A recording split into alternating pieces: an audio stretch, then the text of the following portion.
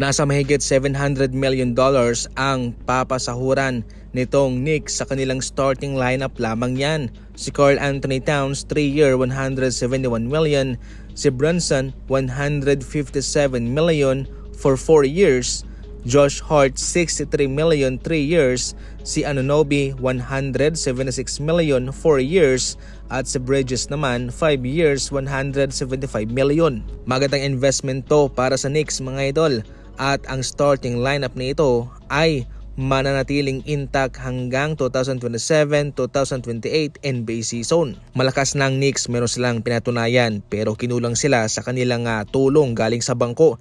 Mayroong pagkukulang si Coach Tom Thibodeau, hindi niya pinagkakatiwalaan ang kanyang second unit.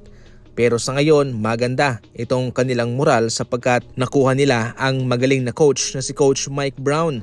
Nasa kanyang unang season pa lang sa Kings ay kanyang pinutol na ang playoff drought nito for 16 years. Hindi nagpapakita ng anumang pagdududa itong Knicks sa kanilang kakayahan na kahit na sila ay gumastaman ng nasa $700 million, pero mataas naman ang tsansa na sila ay magkampiyon. Ibabalik ng Minnesota ang kanilang retro black uniform para sa season na ito. Ito yung jersey na sumikat sa kapanahunan ni Kevin Garnett. So far, okay itong ginawang desisyon ng Minnesota na ibalik ang jersey ito sapagkat ito'y akma sa karakter, sa personalidad nitong si Anthony Edwards kung paano siya maglaro. Kuhang-kuha niya yung enerhiyang na ibibigay nitong si Kevin Garnett sa mga panahong iyon. So far, bagay na bagay ang jersey ito para sa kanya. Marami pa tayong pag-uusapang mga jersey mga idol doon sa ating kabilang pahina.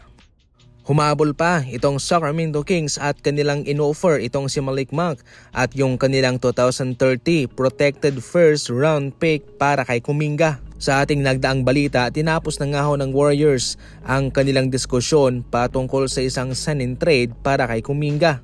Ngunit hindi naman nagpatinlag itong Kings at sila nagbigay pa rin ng kanilang offer. Ang offer na nag-improve naman itong si Malik Monk. Pinag-usapan natin sa ating nagdaang video na kabilang itong si Malik Monk sa nagkaroon ng magandang improvement para sa kanyang sarili. Mayroon siyang career high average sa season na ito at kabilang siya sa mga tirador sa kanilang kupunan. Pero itong kanilang first round pick ay protected. Ibig sabihin nito ay mayroon tong mga kondisyones. Kapag sinabi kasing protected first round pick ay nakadepende yan. Halimbawa, kung mayroong worst record, itong Sacramento Kings, magkakaroon sila ng high chance na makakuha ng lottery pick mga idol.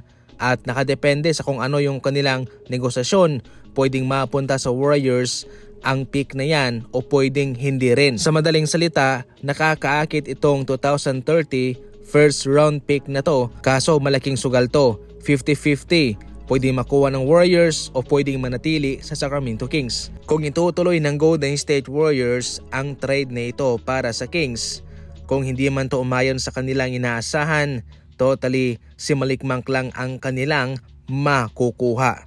Dahil yung ulitin ko, protected ang first round pick na ino-offer ng Kings sa kanila.